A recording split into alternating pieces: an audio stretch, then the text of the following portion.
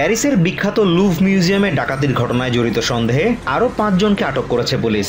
বৃহস্পতিবার প্যারিস পুলিশের পক্ষ থেকে এই তথ্য জানিয়ে লুট হওয়া অলংকার খুঁজে পাওয়ার বিষয়ে আশাবাদ ব্যক্ত করা হয়। এর আগে বুধবার প্রসিকিউটর লর বেকিউ জানান, ডাকাতির সাথে জড়িত সন্দেহে আটক 2 জন নিজেদের সংশ্লিষ্টতার কথা আংশিক স্বীকার করেছে। তিনি জানান, আটক 2 জন মিউজিয়ামের ভেতরে ঢুকে মূল্যবান সামগ্রী লুট করে এবং তাদের অপর 2 সঙ্গী এ সময় বাইরে অপেক্ষা করে। বেকিউ আরও বলেন, প্রাথমিকভাবে এই ডাকাতির সাথে 4 জনের সরাসরি সম্পৃক্ততার তথ্য পাওয়া গেলেও এর সাথে আরও কেউ জড়িত আছে কিনা তা খতিয়ে দেখা হচ্ছে। তার ধারণা, এই পুরো পরিকল্পনার পেছনে একজন মাস্টারমাইন্ড রয়েছে, যাকে এখনো শনাক্ত করা যায়নি। এদিকে ডাকাতির ঘটনার তদন্তের এই অগ্রগতিতে সন্তুষ্টি প্রকাশ করেছে লুভে বেড়াতে আসা সাধারণ দর্শনার্থীরা।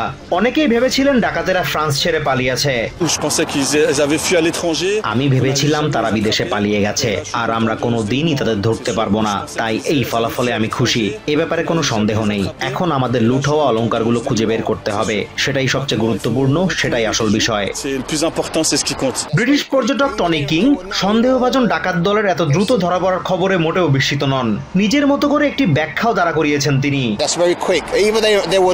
এটা খুবই দ্রুত হয়েছে। হয়তো তারা আগে থেকেই পরিচিত ছিল, অথবা পুলিশ সিসিটিভি ফুটেজ দেখে ফেলেছে, কারণ নিশ্চয়ই তারা ভেতরে ঢুকে জায়গাটা পর্যবেক্ষণ করছিল। কোথা দিয়ে ঢুকবে, কিভাবে করবে, সেখানে মাস্ক বা ছদ্মবেশ ব্যবহার করা সম্ভব নয়। তাই পুলিশ ফুটেজ দেখে সহজেই বুঝতে পেরেছে কারা ছিল, আর সেখান থেকেই ধারণা পেয়েছে।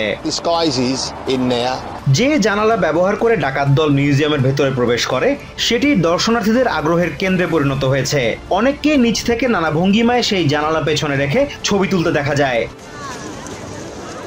সবার অপেক্ষা এখন লুট হওয়া মূল্যবান সামগ্রীগুলো কবে কিভাবে উদ্ধার হয় তা দেখার। পুলিশও দ্রুততার সাথে নিজেদের তদন্ত এগিয়ে নিচ্ছে।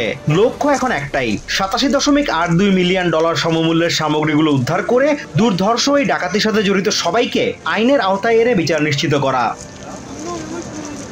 Azimur Rashid Kanak, TVN 24 news desk. New York থেকে সম্প্রচারিত TVN 24 টেলিভিশন বিশ্বজুড়ে বাঙালির কণ্ঠস্বর।